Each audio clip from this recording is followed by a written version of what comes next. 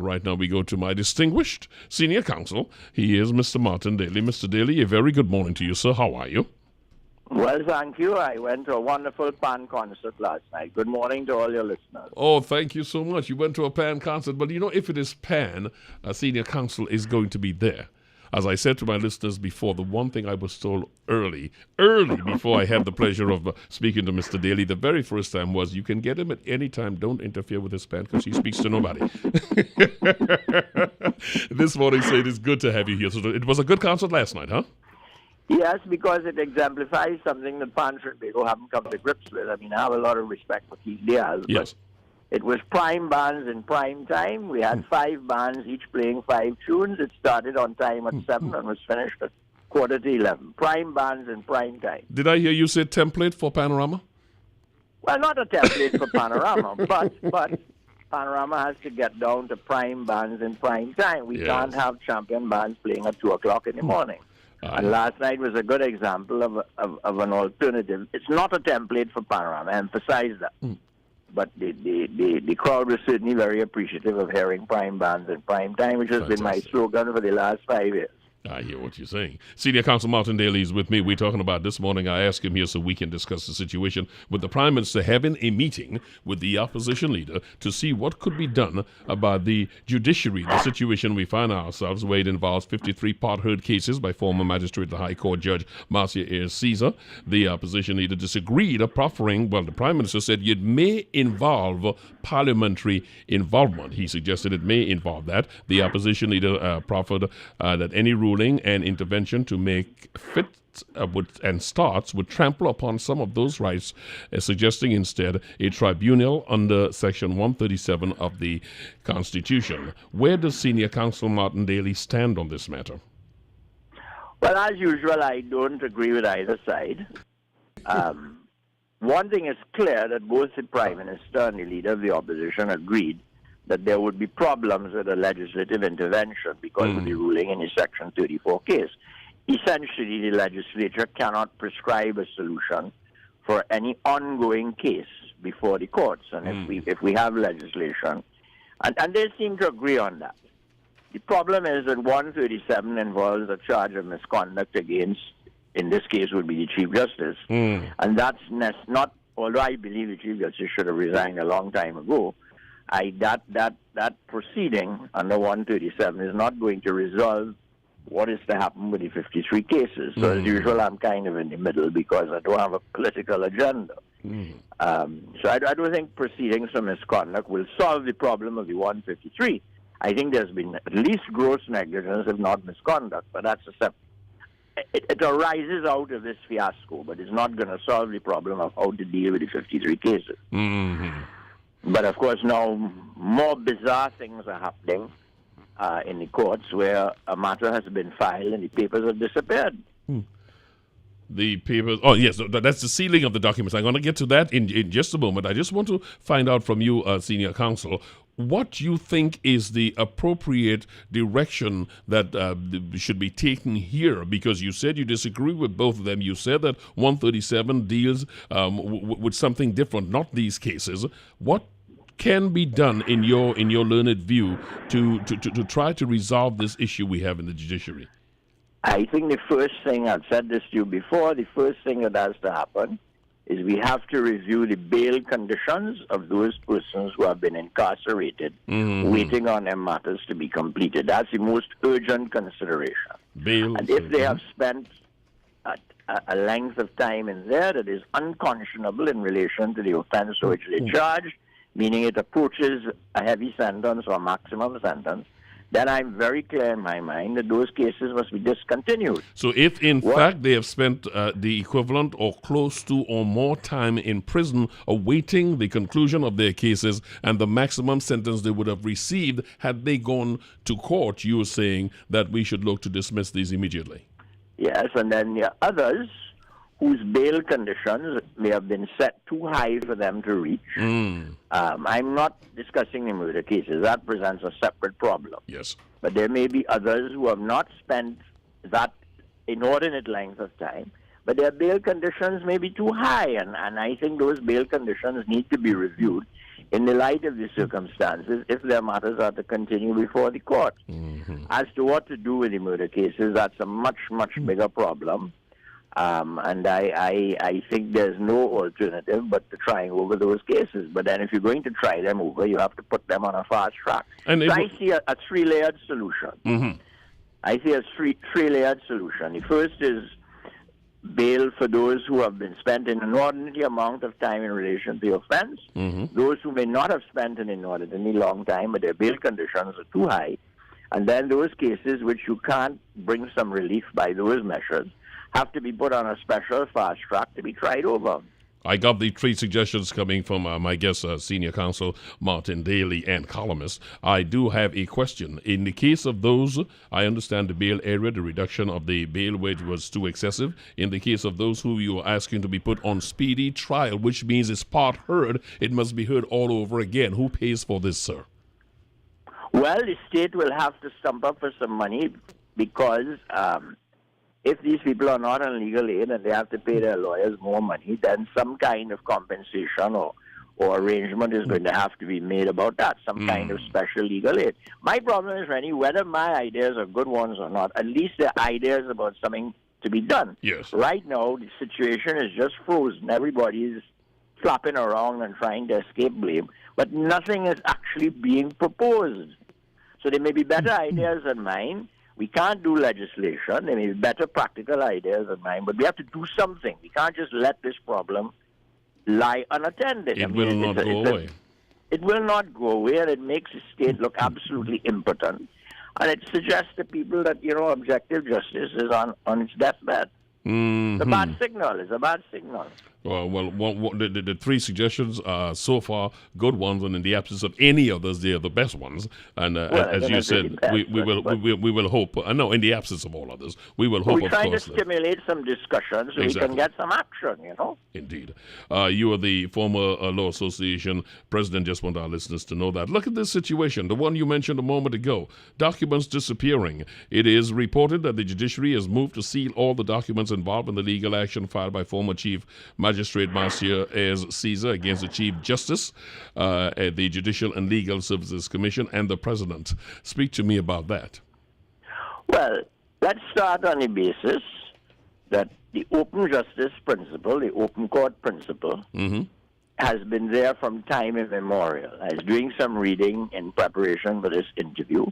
It's been described as an inveterate rule that justice must be open. That is to say, the courts must be open, the proceedings properly reported in the media. That is a long and abiding principle. Yes, there are exceptions. The exceptions are limited, and they have to be made or implemented on a case-by-case basis. None of the conditions that arise for those exceptions exist in this case. But before we even get there, the papers, I don't know who's hidden away the papers, but papers in a court case cannot be hidden away without a process by which, whether or not there should be an exception to the open justice principle, a process has to take place. You can't just spirit away papers. That is an act that's consistent with us being a totalitarian state. Because the next thing is they'll spirit away somebody in jail, and I can't emphasize how outrageous this is. Well, I mean, I'm looking at what is reported. The attorney for former Chief Justice, for former Justice Ayres Caesar says, he's Ramesh Lawrence Maraj. He said, I did not ask for anything. I am unaware of any gag order going on here. So if he did not, it would stand to reason who else is authorized to do that, sir? Well, I don't know. What I know is that this is an act consistent with us being a totalitarian state. Whoever did it. I see now that the affidavit, at least one of the affidavits, has been released in the public domain. Yes. And I would urge those who have stamped copies of those affidavits to flood the public domain with it. Because then this whole business of spiriting away the papers and not letting us see what is in there will effectively go away. I mean, it won't go away as an outrageous act, but the effect of it will go away because people will then be able to see what is being alleged. And depending on what is being alleged in there, the case for the removal or the resignation of the rest of the members of the GLSC becomes even stronger. The problem here is that we have the former chief magistrate saying, I was told straight up, you either go or I'll have you revoked. Yeah, well, that I don't want to comment on that anymore because there's now a case before the court. Gotcha. But I mean, there's something very melodramatic if it is true that all this business about suicide was discussed and so on. It's incredibly melodramatic. I saw the suicide thing. It took my attention this morning until I looked closer and realized I think she was. I don't know, unless you read differently, as learned as you are. I thought it was political suicide, which is to say, don't go into the public. I thought that's what was being said because. Well, I'm not clear. I mean, I'm not clear that it's that, but I mean, this whole business of having to go back to president's house and rightly accompanied by a husband, but she should have been accompanied by a lawyer. She should have had independent legal advice. Yes. Husband, very, very important to have spousal, to have a supportive spouse. I have an amazingly supportive spouse. Very important. But in this case, independent legal advice. She should have had independent legal advice available. But I don't want to comment further because I don't know what's going to be decided in the case. I hear. From what I've been heard, I think it is 101. You call it law 101. Never represent yourself or be represented by yourself. Or have your spouse represent you because they're emotionally involved. I thought counsel would expand that for me. 11. Yes, well, there you are. 19 minutes after 11 o'clock, former Chief Magistrate High Court Judge Marcia Ayers Caesar alleges she was coerced to resign and removed. And this is the important part. She feels that she should be reinstated as Chief Magistrate. Does she stand, to the best you can comment on this, on solid legal ground, that she should be reinstated? I don't think it would be appropriate anymore. I mean, I just don't want to comment on a case. Although it's a case of disappearing papers, I don't want to comment on a case that's before the court. My anxiety now is the fact that these papers apparently have disappeared and we don't know on whose instructions. And that is in complete defiance of a fundamental principle of the rule of law, which is open justice. Yeah. So, I mean, we know for a fact that it should not be done. The fact that it is done, it will be resurfaced, I gather, with proper public pressure. And once that is done, what other action is going to be needed to ensure that this does not recur? Well, the judiciary has to have a cleansing process. You know, Rennie, I've been around a long time, and for my sins, I have a lot of energy. I mean, this takes us back to something that I experienced as a very young lawyer. You know, and this has to do with hiding the process of justice. They used to have what they call Saturday morning divorces. That is to say, if people of prominence were getting divorced at a time when divorce was still thought to be a stigma, you could arrange to have your divorce heard on a Saturday morning in chambers, in a judge's chambers, with maybe just a clerk present or the judge himself taking notes. And that was something that was a privilege that the well-connected had. And that is another example of closed justice. And we've gone so, this will be my 50th anniversary of my call to the bar this year. We're talking about something that I just come back into practice when I was asked to do a Saturday morning divorce. And I know about it, and I think I got $35.28 for doing it. But the point is, we've gone past all this secrecy. We've gone past the ability to have people either outside the system or inside the system manipulate it to their own advantage or to preserve their good name. We've gone so far past that. That's why I give that example of something that, was a manipulation to suit people well connected, and we can't have papers disappearing. That is something we are going to keep our eyes on.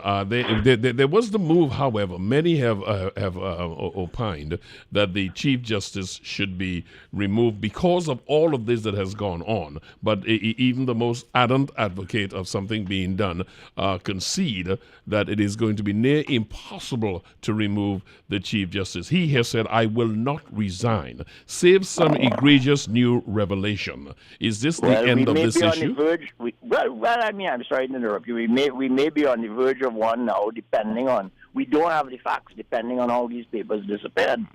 You see, this thing is evolving every day, huh? and it's not to the country's credit, and it's not to the judiciary's credit. It's evolving every day. The discussion as it relates to the discussion between the Prime Minister and the opposition leader, I'm going back here because I thought it was instructive. Sure. I found it instructive and encouraging, I thought, on the onset. And in absence of a lot more detail, I still find it encouraging that the Prime Minister and the opposition leader met on this issue of crime, because my worry has always been, and I have heard you and I have read you, being equally disquieted at the idea of politicizing something that is calling for the urgent attention of all in the country. I thought this was encouraging. What say you? Yes, it was encouraging, but it lacks detail. For example, the Prime Minister said that new arrangements for the selection or appointment of a commissioner of police those new arrangements are urgent, but I haven't seen any draft legislation. And I would expect, no matter how busy the government is, I would have expected that by the time they went to speak to the opposition leader, they would have had a draft bill that they could show her and start a discussion around something concrete. If that is urgent, as it clearly is, we have a commissioner of police who says we don't really need to detect. You need to judge us on prevention, not detection. And I mean, this is very urgent. And if you're going to try to agree on something, then you have to look at what it is you're trying to agree about. You can't just have these sort of general principles. And likewise, if the service commissions are considered to be unsatisfactory or to outlive their usefulness in their present form, then you must produce a bill for constitutional amendment to change that system. So, it's very encouraging, but we have to get past the generality. And that is why I'm sorry, on a piece of paper. That is why I said that I remain encouraged because of no detail coming forward. I feel sometimes that the press conferences that follow through must deal with not just the sensational little song bites, but it must deal with actually what substantively took place, or there should be a press release detailing or the extent of the discussion. I mean, save for what must be kept hid. I respect that, but good Lord, I think a better explanation as to what came out of these discussions is absolutely necessary, and that is what we're missing. Well, nothing has come out that is concrete. You may have broad agreement about certain things, but the cliche is the devil is in the details. And until draft legislation or draft policy is put forward, however constructive the meeting, however much they may have viewed each other in a less destructive light, we're not going to have a positive outcome until somebody does the nuts and bolts work. In concluding, thanking you for taking the time this morning. I must ask you this question, because this is the human. There are issues before us every day, and then there's a human component that we don't look at. The human component I look at here, as it relates to the former chief magistrate, former judge, Marcia Ayers Caesar, is the question of, she says, I cannot find employment anywhere because of the position I held. I've got 10 years before I can go and practice law. What happens to me? How is this, in your view, being dealt with, the urgency of something being resolved because of this, and what can be done to ensure that the former chief magistrate, in fact, can get gainful employment, go about her life? If they have messed up her life by wrong procedure, wrong process, then, unfortunately for the taxpayer, there will have to be a monetary settlement and some kind of an apology. My first words on this subject were, somebody has to beg pardon. And then there may have to be a monetary settlement. A monetary settlement combined with some kind of apology may in fact make prospective employers look at her in a different light if there has been some kind of apology and a monetary settlement. And this brings us back to why these allegations must be tried in the open. Got you. Because if it turns out that there has to be a monetary settlement for which the taxpayers are responsible, we have to know what was done and why it justifies a monetary settlement. You can't pay out our money and hide from us the grounds on which you decided you had to make a monetary settlement. It just compounds the outrage of trying to keep all of this secret. This is a public law matter of huge public interest. Mm-hmm. In trying to understand the human side of this, I came up against a wall that maybe you can break down for me. The question is, since she resigned as a judge, I don't know if the question of whether she resigned as a chief magistrate has been settled yet. Is she receiving any money from the state while this situation is played out? Well, the suggestion, from what we've seen in the public domain, the answer is not. And by the way, some of us take the view that from the moment she was sworn in as a High Court judge, that was an implied revocation of her office of magistrate. But all of this will have to come out in the litigation. But if whatever she may have omitted to tell the JLSC, one can't gloss that over. Mm-hmm. Some commentators, some apologists are trying to say we're making a martyr out of her. No such thing. Whatever she may have done or not done in terms of the disclosure she made, she has paid a price already. But if she has been the victim of a wrong process or bungling, then that part of her that is a victim must be recognized and properly dealt with. You see, I understand clearly because you have always held the judicious position that I am not going to comment into something that where we don't have all the facts of it. But it is alleged that in the email she made clear to the Chief Justice these 53 matters. Well, presumably, when the papers come out of disappearance, come out of their hidey hole, mm-hmm. we will find out who said what and by what means. But we can't have these things being, not litigated.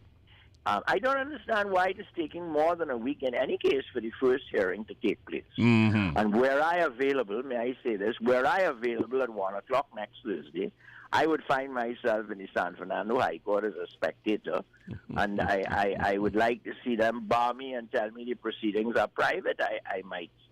I might end up somewhere very uncomfortable as a result. I would have presented myself. I'm just not available on that particular day. Yes, bail money. One would have had to behave like a suffragette and chain oneself to the door or something to fight against closed-door justice. We can't have closed-door justice. Indeed. And this is what we're talking about. If, in fact, these papers have disappeared, I see the very clear link on that.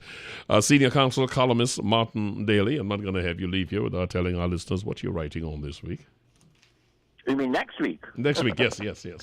Well, I'm torn. I may have to write about closed-door justice, but I really would like to write about the concert that was held in Savannah last night because it exemplifies everything that is good, creative about Trinidad, that keeps young people engaged, that provides an alternative lifestyle from crime, but we just don't invest in it. We listen, we clap, we throw a few pieces of silver at the players, and we move on. I chuckle, but that's a very important point you're making there. Unless we can find some other things that we can direct some energy into, talking all the legislation you want is not going to do anything. We've got to find other aspects of this life that makes it worth living and give people an opportunity to get out their energy and redirect their energy. I'm happy to hear. But Rennie, the energy is already there. The infrastructure is already there. It just needs proper direction and judicious investment. It's already there. It's not like we have to invent it. It's already there. Each of these bands last night had a singer. Some of the singers were of great performers, were of great repute, like Three Canals. Some others less well known. Despas had I think it was a 15-year-old boy playing a solo. It's all there. It's just to direct it and make the proper investment. And the proper investment may not be to have some prolonged competition finishing at 2 o'clock in the morning. That's where I part company with Tobago, because I believe that all of these things we need to take a fresh look at them. I've been to some of the great concert halls in the world, and I can tell you that from the time the first band played, I had a mental picture of that precise act taking place, for example, in the Kennedy Center in Washington. People will just go mad. And there is no way your attention or your enjoyment can really stay for 5 hours. Being quite honest, after a while you go like, enough is enough. Yeah. Martin Daly, thank you so much for taking your time this morning and being with us. It is truly appreciated. Thank you very much, Rennie. Good morning to your listeners. And you have a wonderful day. Senior Counsel and columnist Martin Daly.